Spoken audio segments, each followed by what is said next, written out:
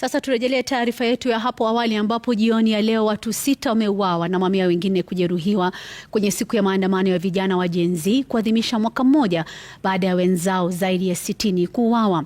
Waliouawa walipigwa risasi na maafisa wa usalama kwenye sehemu kadhaa nchini. Hii ni kufuatia makabiliano kati ya maafisa wa usalama na vijana waliojitokeza kuandamana leo. Na kama sasa anavyotuarifu Mary Mwoki, waliojeruhiwa na kufikishwa hospitali ya Kenyatta Nairobi walikuwa na majeraha ya risasi. Huku waandamanaji wakikabiliana na polisi jijini Nairobi, wahudumu wa afya walikuwa katika harakati za kuwasaidia waliokuwa wamejeruhiwa. Bishi yetu wamemtoa meno yote hapa, kuna shimo hapa. Jamaa ananiambia kuna demo ameshutiwa amepelekwa Jamia Mosque. Sasa nikamuuliza anakaa jamaa amevaa aje? Akaniambia amevaa t-shirt ya white. Pigwa risasi hapa, yeye alikuwa amekaa akigojea gari ya kwenda Kangware. So askari akasema naua, kapiga risasi hapa. Risasi mbili, moja hapa na nyingine kwa mkono. Vijana walikuwa wanaandamana, nilikuwa miongoni mwao. Nikakutana na polisi, walikuwa wengi. Wakapitwa wakanifuamia, mmoja akanipika juu kwa kichwa, wengine wakanipika marungu. Lakini kwa hiyo wakati nikapewa na ambulance imeletwa Kenyatta. Hasa nimetibiwa, nimeambiwa niende kwa nyumba. Zaidi ya watu 500 walipokea huduma za matibabu kutoka kwa wahudumu wa afya waliokuwa jijini, wengi wao wakipokea matibabu na kuondoka.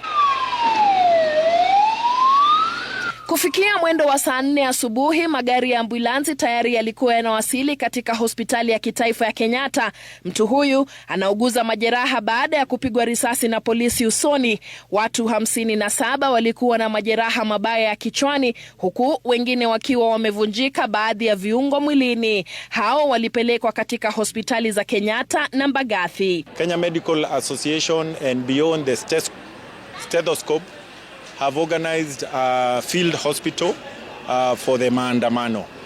This field hospital is supposed to receive and treat injured patients in the maandamano and refer those who need referral. We are working with many partners. We had a call for cash donations for which very many Kenyans sent for us to facilitate this field hospital. Katika msikiti wa Jamia, wahudumu wa afya kutoka shirika la Red Cross walikuwa hapa kutoa huduma kwa waandamanaji na majeruhi walifika kwa wingi. Baadhi yao walihudumiwa na kuondoka, huku wengine wakipelekwa katika hospitali ya Kenyatta kwa matibabu zaidi. We've been seeing casualties on the go. I wouldn't put a number right now. We are handling casualties and is charging them on the ground. As you see behind me, we have 2 tents. One is for registration, and then 2 tents, a yellow tent to manage superficial injuries, and a red tent to handle now casualties who have bigger injuries or injuries that will need to be supported on ground and then referred to hospital. Na huku maandamano yakiendelea, taswira nyingine ilianza kushuhudiwa.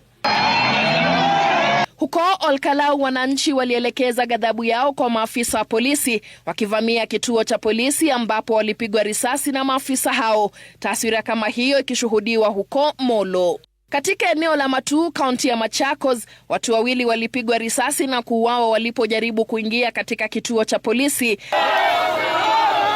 Na huko Wote, watu wengine 2 walipigwa risasi na kuuawa. Maandamano yaliyoshuhudiwa katika eneo hilo yakiathiri usafiri katika barabara kuu ya kuelekea Mombasa. Na mtaani Pipeline, mtu mmoja alipigwa risasi na kuuawa. Zaidi ya watu 150 wameripotiwa kujeruhiwa katika maeneo tofauti nchini. Maandamano ya leo yakiibua kumbukumbu yaliyoshuhudiwa mwaka mmoja uliopita, ambapo waandamanaji waliuawa na wengine kujeruhiwa. Mary Mwoki, Runinga ya Citizen.